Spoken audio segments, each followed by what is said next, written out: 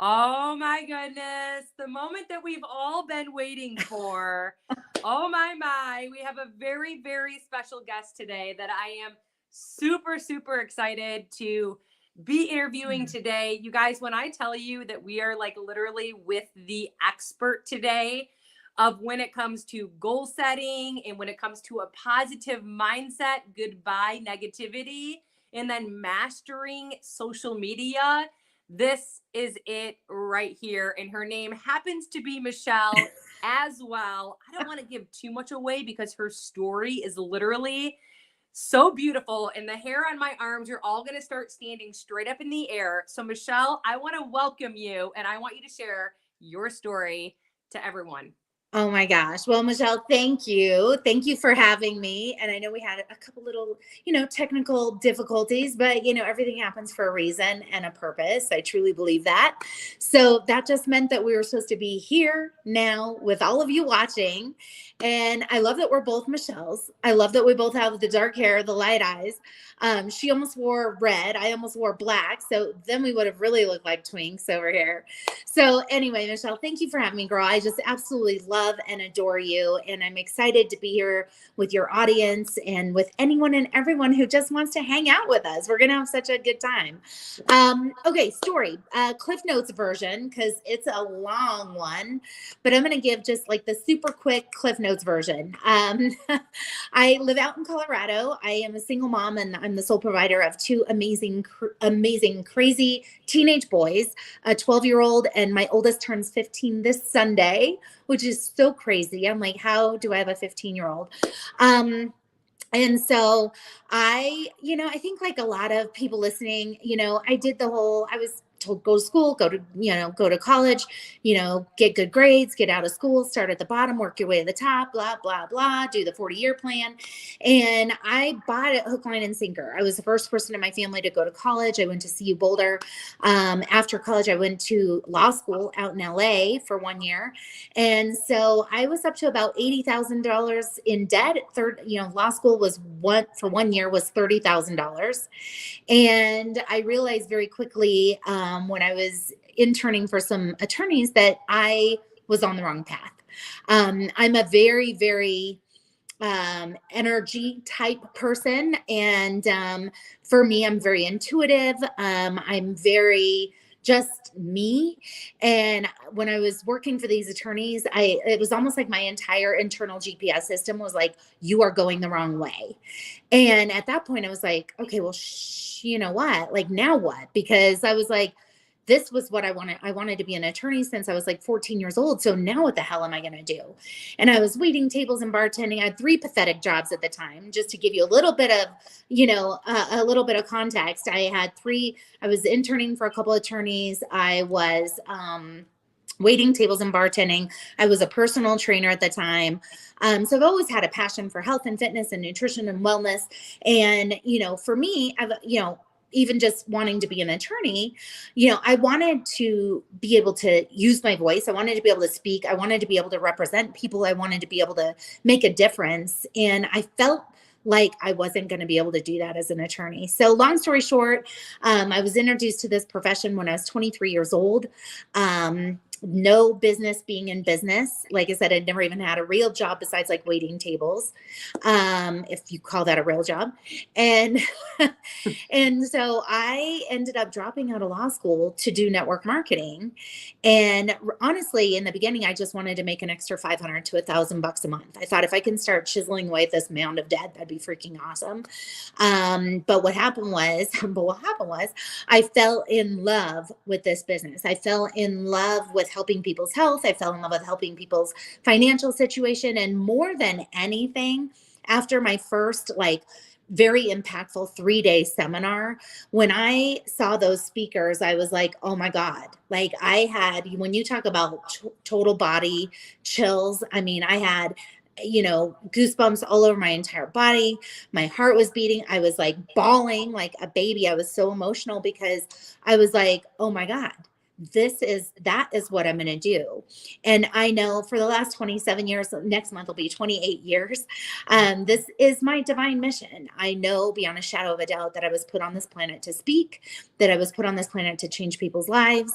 And, my life is crazy because being a single mom and the sole provider of two crazy teenage boys that are in two different schools and different sports and all the things, it's nuts, but I wouldn't have it any other way. So that kind of gives you a little bit of, I accidentally made 102,000 my first year. Girl, I didn't even know how the comp plan worked. I made my first million before the age of 30. I still didn't know how the comp plans worked. I've been So blessed to go on to make millions, but a lot of it was out of sheer brute force, because I was scrappy, yes, very um, scrappy. And one thing that I love that you said was looking back on those 28 years ago when this was first presented to you and you were in law school, you probably had so many emotions up and down oh, like, well, do I do it? Do I stay back? What am I going to do? What are people going to yes. think of me? And oh my gosh, Uh, this money and the debt. I mean, so many things. And you still yeah. were so brave to give it a try. You know, It was crazy because, of course, I call it OPO, other people's opinions, and OPO will either make you or break you. And, I had so many people that are like, oh my gosh, you're crazy. You're dropping out of law school to do one of those pyramid things. You're going to go to jail. Those things don't work. You're never going to make any money. I'm like, jail? I'm like, what? You know? So, for me, when I was spending, you know, 30,000 a year on law school, everybody's like, oh, good job, way to go, congratulations. But as soon as I wanted to start my own business, everybody thought I was crazy, and so I did really have to, I had to kind of like, you know put a shield around all of that because, for me, I always say you can't afford the luxury of a negative thought. And I knew if I was going to be successful in this business, I really needed to guard, who I was listening to, who I was surrounding myself with, what I was hearing, from others and myself, my own self talk. So what were because everyone in this industry comes in, I mean most people unless you're kind of a unicorn are somewhat skeptical whether it's I don't have the time, whether it's I don't really have social media and I have no Facebook, no social media, no friends or very minimal friends. I'm an introvert. Like what were kind of your main objections that you were facing and how did you overcome those especially at such a young age? I was very blessed because I was able to surround myself with some really amazing people. And we are a product of our environment. There's no doubt about it. When Jim Rohn says we're, the five people that we collectively spend the majority of our time with, I realized very quickly when they said you become who you hang around, I'm like, oh great, all my friends are broke. I'm broke, go figure. So I was like, I need to hang around people that maybe aren't quite as broke and people that were successful and not just financially but in every area of their life because for me, progress equals happiness. For me, I wanted to be happy. I wanted to be successful in every area, not just financially. So I really grabbed onto people's belt loops from day one. I thought, okay, if I want the results that these people have, I've got to do what they do, say what they say. And I knew if I just did that, I could get the same results. I mean, we all the same products, we all the same comp plan. The only variable was me. And so I'm like, if I can be like them or do what they are doing, then I can have the same results. And for me, I'm a big one on act as if. If you were Yes. making $10,000 a month passive residual income, how would you walk? How would you talk? How would you act? What would your posture be like? How would you, answer someone's question? How would you approach somebody? What would your confidence be like overall? And I really had to kind of be that before I ever had that, because I wasn't confident. I was 23. I was $80,000 in debt. I'd never even had a real job besides waiting tables. I did have a few things going for me though, Michelle. I definitely had a burning desire for a better life. I was so sick and tired of money always being an issue. I was so sick and tired of being broke. I was tired of money always dictating every single decision and choice that I ever made. So I definitely had a desire for a better life. The second thing I had going for me is I was super coachable. Okay. Maybe to a fault, call it naive, stupid, smart. When they said go left, I went left. When they said go right, I went right, and the way I looked at it was my success was their success. So I'm like, they're not, if they're in the passenger seat, they're not going to tell me to drive off a cliff. They're in the car with me. So I was super, super coachable. And then the third thing, I was willing to work, like I think a lot of times people are like, oh, sign up and become a millionaire tomorrow. Well, that's bullshit. We know, right? It's like, it's not going to build itself. And I knew that what I put into it was what I was going to get out of it. And I love the fact that I had control over that.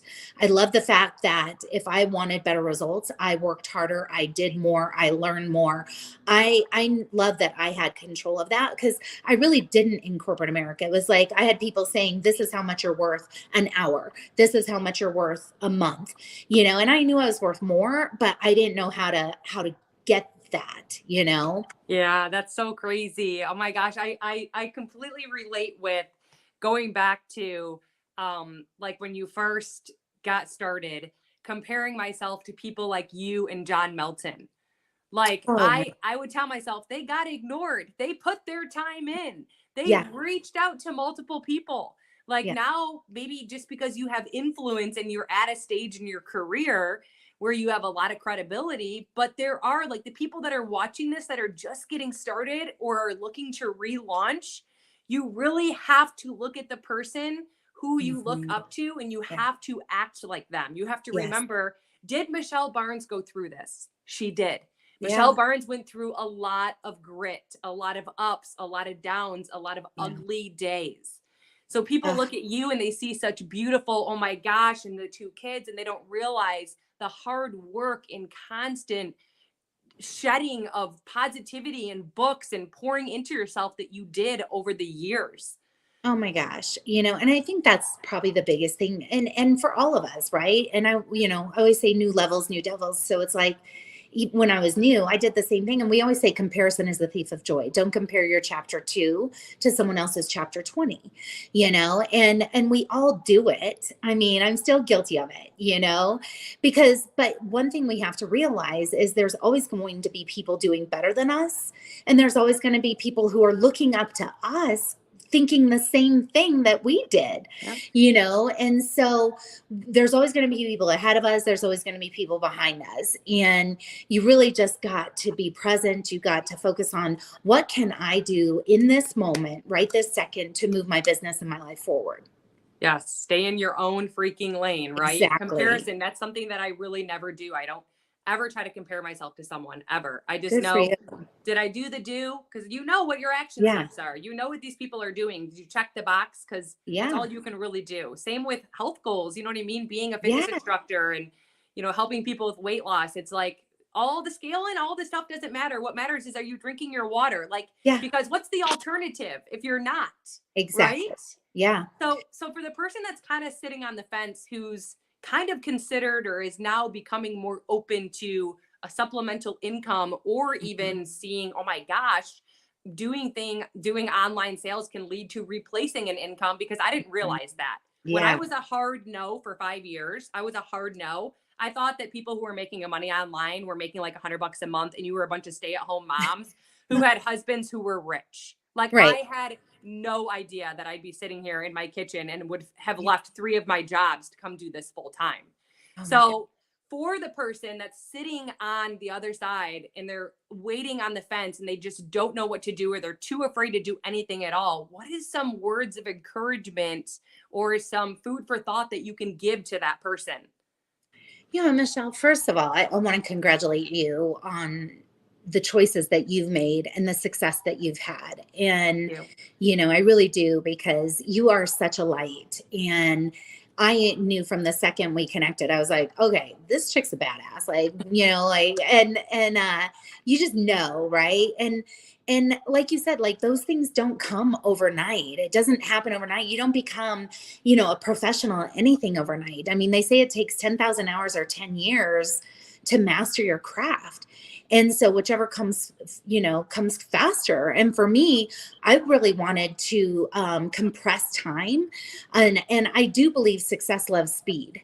And so in the beginning, I did I was willing to make some sacrifices to do whatever it took to get better at this business, for myself to get better, the trainings, the books, the seminars, and doing the do, the really, that's the only way you're going to get good at anything, is by doing it. Yes.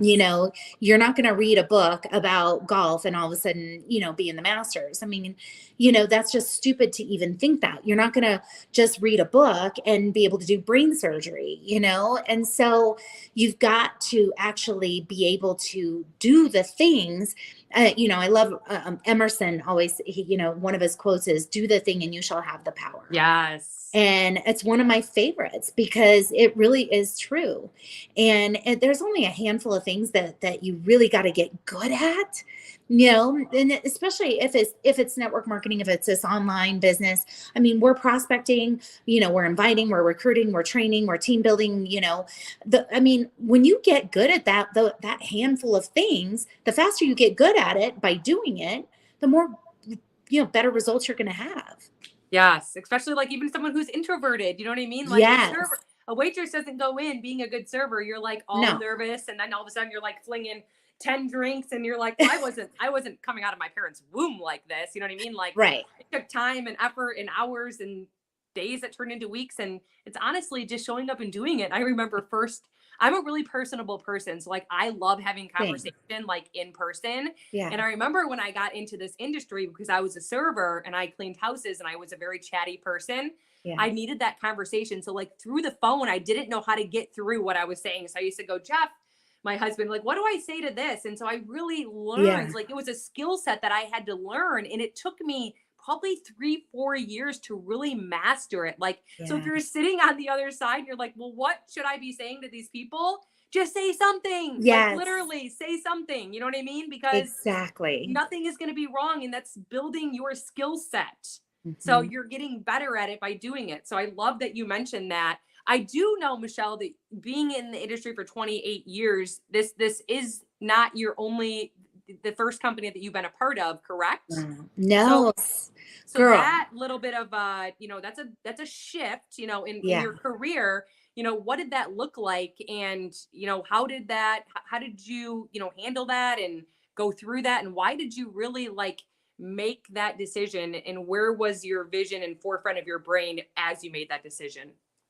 There's been so many ups and downs over the last 28 years. And, I love it all. I love the good, the bad, the ugly. I'm very, very grateful for where we are today and where I am right now, especially because we are able to build, really 100% online. I'm very personal too. I do love the person-to-person contact, but honestly, like for me as a single mom, this online business has been a blessing because for me, I'm juggling, 2 different kids at 2 different schools. I mean, different sports. There's no way that I could build today the way that I did the first 2 decades. I give you so much credit. Yeah. And, I've had companies go out of business on me. I've had companies get shut down. Before I came to my current company, I was at the Most Powerful Women in Network Marketing. I came home on a Sunday and my company was gone on Monday.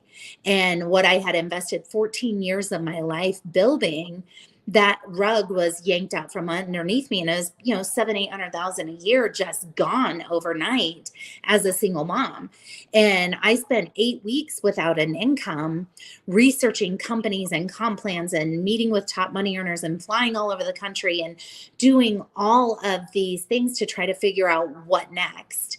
And honestly, there was, I love this profession, but I was like, dang, man, now this is my 5th company that have been built up to the top, and most people don't do it once, and some people who do it once, sometimes you get lucky, you're in a good spot. And I always say the harder I work, the luckier I get.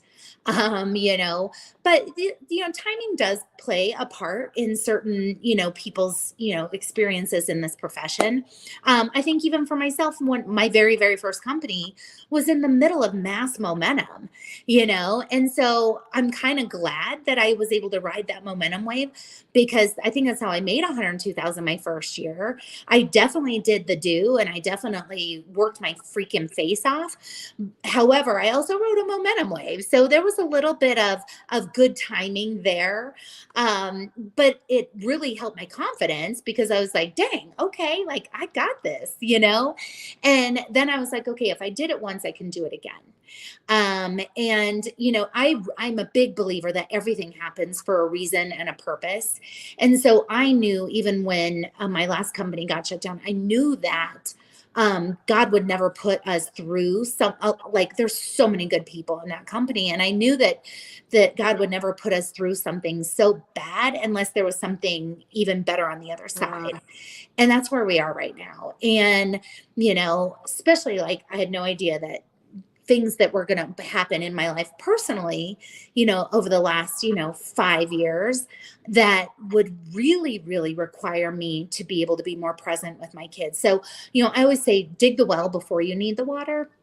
Um, you know, thank God I had put in the time and effort and energy to allow me a little bit of breathing space the last couple of years where I could focus on some personal stuff. I mean, it was probably the two hardest years of my life personally, but the two best years I've ever had business wise.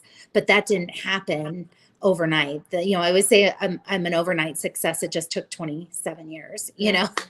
You're so inspiring. So I hope everyone who's listening to this, who thinks like this is challenging or it's struggling, imagine building and going through what Michelle went through, having home parties, getting on phone calls with people. Like we are so blessed to not have to have inventory, to not have to go shipping, to literally be like you. Bella's in a private school 30 minutes away. She's in a travel soccer team. Like I couldn't imagine it any other way. I love my evenings with her. She gets out of camp. She's home. Like you said, when we scheduled this at 2 in the afternoon, like I'm with my kids. Like it's so lucky that people like, I was working when I was in corporate America until 6:30, home at 7:15, getting her in the bath when she was so young, and she'd go to bed at 8. So I'm so grateful because I wouldn't be here if it wasn't like it is now today. I guess I shouldn't say that, but you walk the walk, and it is very, very, very, very inspiring. So is there any book that you can think of off the top of your mind that like during some of the hardest times of your life, like mine's Go for No. Like I tell everyone, like go read Go for No 500 million times. Like I'm just so drilled in everything in my life to go for no. Like during hard times and during closing of businesses shutting down, and how did you like what book really kind of lights up your world and inspires you, especially because you're the mindset queen. So is there one that's particular? You know, God, there's so many, Michelle, and so Give us a many, few. so many that there's so many that have had a huge impact on me, my life, my business, and you know, and at different times, right? I would say probably the most consistent book that I've read over the last 27 years has been Think and Grow Rich. You know, for me, that's one that not only do I read it every single year, but I study it. And I try to read even like a couple paragraphs a day just to kind of keep everything fresh. You know, for me, visible is memorable. And so that is big. And those principles in that book are timeless. You know, so Think and Grow Rich, the science of getting rich, it is a science. And you know, I love Secrets of the Millionaire Mind for people that you know maybe Think and Grow Rich is a little bit too intense or deep, or Science of Getting Rich is a little too intense or deep. I love anything that Bob Proctor does. He's my mentor. He was a very, very dear friend of mine, and passed away last year. So you know, anything that he's ever written is amazing. I do love Secrets of the Millionaire Mind though, for like someone who's just getting in, maybe becoming an entrepreneur, because it really is a mindset. And I was very blessed to have very, very hard mentors in the beginning. I think we've gotten really soft in this day and age, which kind of, it's good and bad, you know. I mean, I had mentors that made me cry more than they made me smile, but I wouldn't trade it for the world at this point because it made me who I am today. It made me a lot stronger. I mean, you know, they didn't put up with anything, you know what I mean? And so, you know, you gotta have your mind right. And so having that checkup from the neck up, I will say, like, I've not gone one day in 27 years without doing personal development of some kind. Like even on my birthday, even if I'm sick, Wow. even if I'm having, if I'm having a bad day, then I do it even more because Yep. I know clearly if I'm having a bad day and I'm in a funk, I need to get out of it faster. And so that's a way to do it. So we all need that checkup from the neck up. It doesn't matter how successful you are. It doesn't, there's always going to be good days and bad days. And there's going to be bad things that happen in business and personal. And it's never, ever, ever what happens to us. It's how we respond to what happens to us. And so the faster you can realize that, and realize that we really are in charge of that outcome. It's the event plus the outcome is what equals a response. So whatever happens, it's our response that's going to determine the outcome. Yes. Oh my gosh. Fire. And you're so right because it took me so many times to hear you say that and even other mentors. And all of a sudden it just clicks. You're like, you got two things: Yeah. how you respond and your thoughts around it. Like, Yeah. let's go. It's just holding you back. How you Yeah. respond and your thoughts around it.